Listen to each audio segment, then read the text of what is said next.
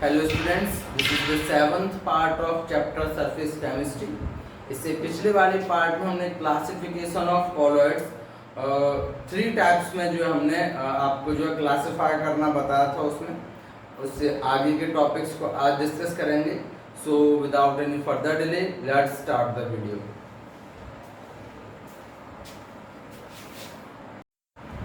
तो आज का जो नेक्स्ट टॉपिक या न्यू टॉपिक है वो है आपका प्रिपरेशन ऑफ कॉलॉइड्स, यानी कि आप जो है कॉलॉइड्स का प्रिपरेशन कैसे करते हैं, कॉलॉइडल सोल या कॉलॉइडल सॉल्यूशंस कैसे बनाते हैं। तो मेनली थ्री मेथड है प्रिपरेशन ऑफ कॉलॉइडल सोल के। पहला आपका आता है केमिकल मेथड, दूसरा आता है इलेक्ट्रिकल डिसइंटीग्रेशन मेथड और तीसरा आपका आता है पेप्टाइजेशन। पहला आपका केमिकल मेथड, दूसरा इलेक्ट्रिकल डिसइंटीग्रेशन मेथड और तीसरा पेप्टाइजेशन। अब अगर हम केमिकल मेथड की बात करते हैं तो केमिकल मेथड में generally oxidation, double displacement reaction, condensation, इससे आप जो है कॉलॉइडल सोल बना सकते हैं। तो colloidal solutions can be prepared by chemical reactions leading to formation of molecules by double decomposition, oxidation, reduction और हाइड्रोलाइसिस। यानी कि इसमें जो है केमिकली डबल डिकम्पोजिशन रिएक्शन के थ्रू, ऑक्सीडेशन, रिडक्शन और हाइड्रोलाइसिस के थ्रू हम कॉलॉइडल सोल प्रिपेयर कर सकते हैं या कॉलॉइडल सॉल्यूशन बना सकते हैं। इसके एग्जांपल देखिए, ये हमारे पास में है आर्सेनिक ऑक्साइड AS2O3, जिसके हम रिएक्शन करा रहे हैं हाइड्रोजन सल्फाइड गैस से, ठीक है ना। AS2O3 और ये आपका H2S गैस, ये आपका लिक्विड और ये आपकी गैस है। तो होगा क्या कि भाई यहाँ से जो है ये AS2 जो है डिस्प्लेस होकर सल्फर के साथ कंबाइन हो जाएगा AS2S3 और वो आपके साथ हाइड्रोजन के साथ में कंबाइन होकर वाटर। तो यहाँ पे जो हमारे पास में आर्सेनिक सल्फाइड जो कंपाउंड बना है वही आपका कॉलॉइडल सोल है। सेम अगर हम सल्फर डाइऑक्साइड के साथ में हाइड्रोजन सल्फाइड गैस कंबाइन कर दें तो यहाँ पे जो है ये ऑक्सीडेशन रिएक्शन है, ये आपका जो है अलग हो जाएगा S और S 3S और वाटर, हाइड्रोजन और ऑक्सीजन मिलके आपका वाटर अलग जो कंबाइन करते हैं। ये आपका सल्फर का कॉलॉइडल सोल है, ठीक है ना, ऊपर वाला। तो नॉर्मली केमिकल रिएक्शन या केमिकल प्रोसेस के थ्रू हम केवल जो है एक कंपाउंड में दूसरा कंपाउंड मिला के कॉलॉइडल सोल बना सकते हैं। दूसरा जो हमारा है केमिकल डिसइंटीग्रेशन मेथड, ये काफ़ी इम्पोर्टेंट मेथड है। इसमें होता क्या है कि हमारे पास में मान लीजिए कि एक कंटेनर है जिसके चारों ओर एक और दूसरा कंटेनर है जिसमें हम क्या भर देते हैं, आइस भर देते हैं। आइस बात यानी कि बहुत ही ठंडा जो है आइस के क्यूब होते हैं ना, वो भर देते हैं ताकि ये जो है पूरा जो अंदर वाला चैम्बर है वो बिल्कुल जो है क्या बोलते हैं उसे बिल्कुल ठंडा हो जाए, ठीक है ना। अब इसके अंदर जो हमारे पास में दूसरा जो कंटेनर है उसमें आप एक तो आप डालोगे डिस्पर्जन मीडियम जो भी हो, वाटर हो नॉर्मली, और आप डालोगे मेटल। और मेटल डालने के बाद वाटर और मेटल को जो है आप जो है इलेक्ट्रिसिटी के थ्रू जो है इसे हीट करोगे। तो हीट की वजह से जो मेटल है वो काफ़ी जो है हैवी हीट की वजह से जो है वो लिक्विड में कन्वर्ट हो जाता है या सॉरी वेपराइज हो जाता है। और वेपराइज होने के बाद में जो डिस्पर्जन मीडियम जैसे वाटर है उसके साथ वो कंबाइन होकर जो है एक कॉलॉइडल सोल बना लेता है। यानी कि इलेक्ट्रिसिटी की हेल्प से हम जो है मेटल्स का कॉलॉइडल सोल बनाते हैं। जैसे आपने ज्वेलर्स की दुकान पे देखा होगा कि जो चांदी की जो चेन होती है यानी सिल्वर की जो चेन होती है उस पर बोलते हैं कि भाई ज्वेलर्स है कि इस पर जो सोने का आप जो है पानी फिरा दो, यानी कि इससे जो सोने की जो है लेयर आ जानी चाहिए। तो वो करते यही मेथड है उसका भी कि उसमें जो है गोल्ड का जितना आपको गोल्ड लेना है, जितना आपको जो सिल्वर की जो हमारे पास में चेन है उस पर आपको कितना जो है अमाउंट में जो है या कितनी थिकर लेयर जो आपको गोल्ड की चढ़ानी है वो आप उतना गोल्ड यहाँ लेके और अपना जो आपकी जो चेन है वो भी डाल के जो है ऐसे केवल क्या करते, सॉरी चेन नहीं डालते, उसे अलग रखते हैं और पानी के साथ में इसे जो है क्या करते हैं हीट करते हैं, जिससे कि गोल्ड का ये जो है एक फ्रेशली प्रिपेयर्ड जो सोल बनता है, जिसमें आप अपनी जो है सिल्वर की चेन डाल देते हो, जिससे कि वो गोल्ड का जो सोल है वो सिल्वर की चेन पे इकट्ठा हो जाता है। ठीक है ना। तो वही है, केमिकल डिसइंटीग्रेशन मेथड के थ्रू हम जो है कोलाइडल सोल बना सकते हैं। इसे ब्रैडिक आर्क मेथड भी बोलते हैं, यानी कि ये जो है ब्रैडिक साइंटिस्ट थे जिन्होंने ये जो है क्या कहते हैं डिस्कवरी की थी कि हम इस तरह से भी कोलाइडल सोल बना सकते हैं। ठीक है ना। The process involve dispersion as well as condensation, यानी इस प्रोसेस में डिस्पर्जन भी होता है और कंडेंसेशन भी होता है। Colloidal sols of metal such as gold, silver, platinum, ETC can be prepared by this method. Colloidal sol जैसे कि गोल्ड हो गया, सिल्वर हो गया, प्लैटिनम हो गया, वो इस मेथड से आप जो है हम जो है बनाते हैं। होता वही है, हमारे पास में एक कंटेनर है, कंटेनर के बाहर वाले कंटेनर में जो है आइस बाथ या ठंडी आइस क्यूब रखी हुई है, अंदर जो है डिस्पर्जन मीडियम वाटर हो या जिसमें आप बनाना चाह रहे हो, क्योंकि ये तो भाई केमिकली और थोड़ा डिटेल में चले जाएंगे इस चीज़ के लिए, लेकिन हम नॉर्मली वाटर मान के चलें, डिस्पर्जन मीडियम वाटर, उसमें आपने थोड़े सा अमाउंट मेटल डाला और उसके बाद में इलेक्ट्रिसिटी जनरेट करी, तो जो अंदर आपका डिस्पर्जन मीडियम और डिस्पर्जन फेज का कॉम्बिनेशन से जो सॉल्यूशन बनेगा वो आपका कोलाइडल सॉल्यूशन होगा। ठीक है ना। उसके बाद में तीसरा आपका आता है पेप्टाइजेशन, ये कई बार बोर्ड में पूछ लिया गया, इंपॉर्टेंट है वैसे। The process of conversion of fresh precipitate, the process of conversion of fresh precipitate into colloidal sol by shaking it with dispersion medium in the presence of small amount of electrolyte, जिसे हम peptising agent भी बोलते हैं, is known as peptization.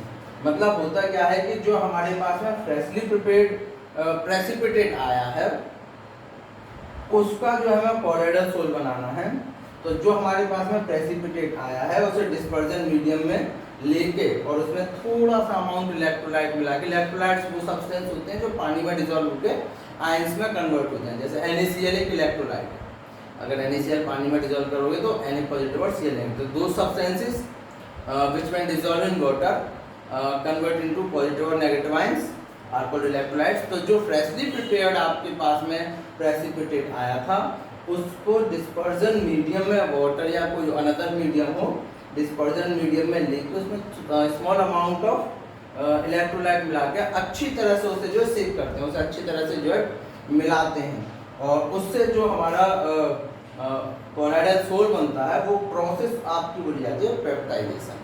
तो तीन process है mainly preparation of colloids की। Number first है केमिकल मेथड। केमिकल मेथड में जनरली आप किसी एक सब्सटेंस को दूसरे सब्सटेंस के साथ कंबाइन करके सोल बना लेते हैं। वो हो सकता है आपका डबल डिस्प्लेसमेंट रिएक्शन हो सकती है, वो आपकी ऑक्सीडेशन रिएक्शन हो सकती है, रिडक्शन रिएक्शन हो सकती है या हाइड्रोलाइसिस। आपके चारों के एग्जांपल आपके NCERT की बुक में दे रखे हैं, आप उसे एक बार जो है रिवाइज कर लें। तो नॉर्मली ऐसे केमिकल मेथड पूछा नहीं जाता, लेकिन इलेक्ट्रिकल डिसइंटीग्रेशन मेथड या ब्रैडिड आर्क मेथड क्या है या पेप्टाइजेशन क्या है ये इम्पोर्टेंट है। तो ब्रैडिड आर्क मेथड में हमारे पास में एक कंटेनर होता है जिसके अंदर जो है सिल्वर, प्लेटिनम या गोल्ड जो है रखा जाता है। उसके अलावा डिस्पर्जन मीडियम वाटर लिया जाता है और उसके अंदर इलेक्ट्रिसिटी फ्लो कराई जाती है। उस हाई अमाउंट ऑफ इलेक्ट्रिसिटी के फ्लो से उस कंटेनर के अंदर जो काफ़ी हीट जनरेट होती है, जिसकी वजह से वो मेटल जो क्या हो जाता है एवोपोरेट हो जाता है। लेकिन एवोपोरेट होने के साथ साथ क्योंकि यहाँ पे आइस क्यूब भरी हुई है, ये आइस बात जो बाहर का जो है कंटेनर में जो है आइस क्यूब पड़ी रहती है, जिसकी वजह से वो जो एवोपोरेट हुआ है वो तुरंत ही कंडेंसेशन होकर उसका वो उस डिस्पर्जन मीडियम के साथ कंबाइन होकर कोलाइडल सोल बना देता है। इसका मैंने बहुत ही अच्छा एग्जाम्पल आपको दे रखा है कि ज्वेलर्स जो है इसी मेथड का यूज़ करके जो है सिल्वर की चेन पे जो है गोल्ड का जो है लेयर जैसे चढ़ाते हैं ना, सोने की मतलब आपकी चांदी की जो चेन है उसे सोने की बना देते हैं। ठीक है।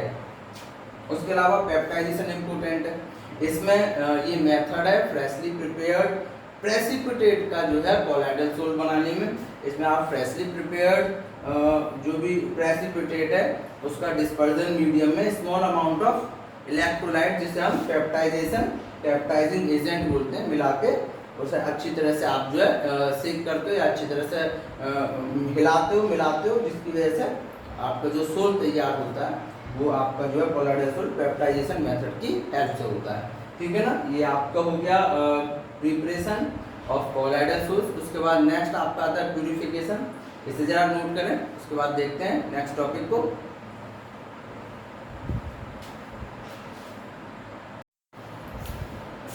उसके बाद नेक्स्ट टॉपिक आपका आता है प्यूरिफिकेशन ऑफ कोलाइडल सॉल्यूशंस, यानी कि कोलाइडल सॉल्यूशंस का purification.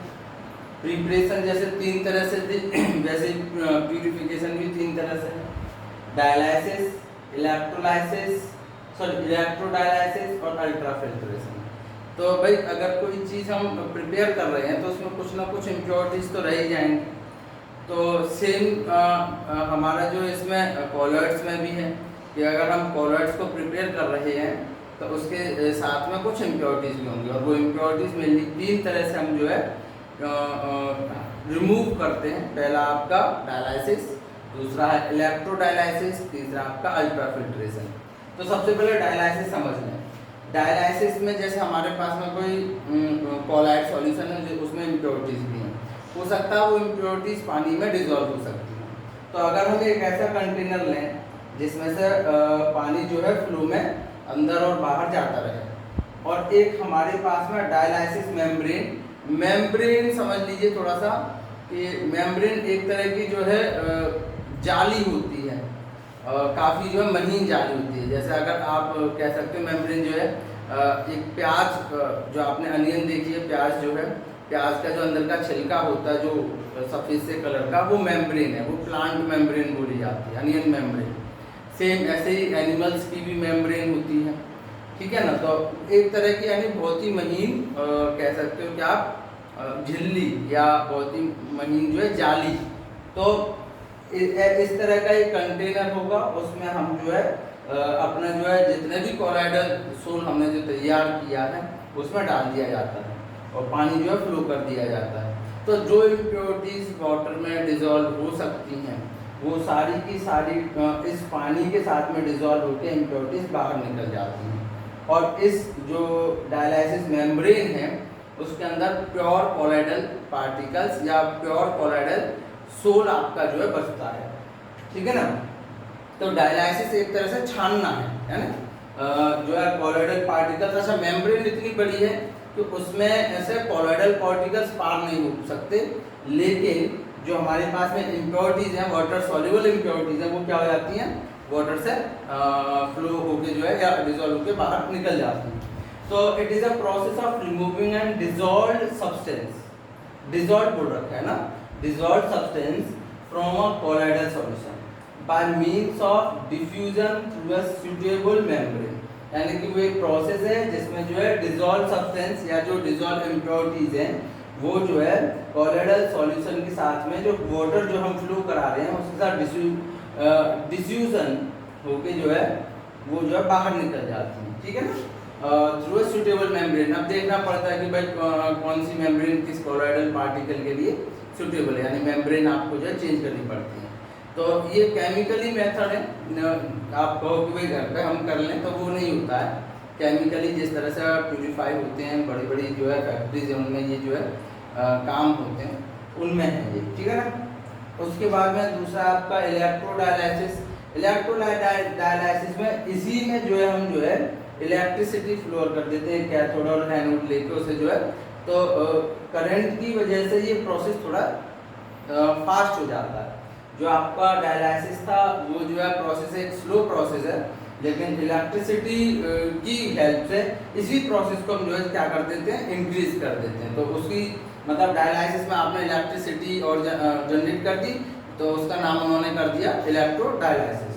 To increase the rate of dialysis we applying an electric field for purification of colloids and this process is known as electrodialysis. तो यानी कि जो डायलाइसिस का जो प्यूरिफिकेशन का रेट है उसे बढ़ाने के लिए जो है इलेक्ट्रिसिटी को उसके साथ में कनेक्ट कर देना, जिसकी वजह से जो है प्रोसेस बढ़ जाए और प्यूरिफिकेशन कम टाइम में हो जाए, ठीक है ना।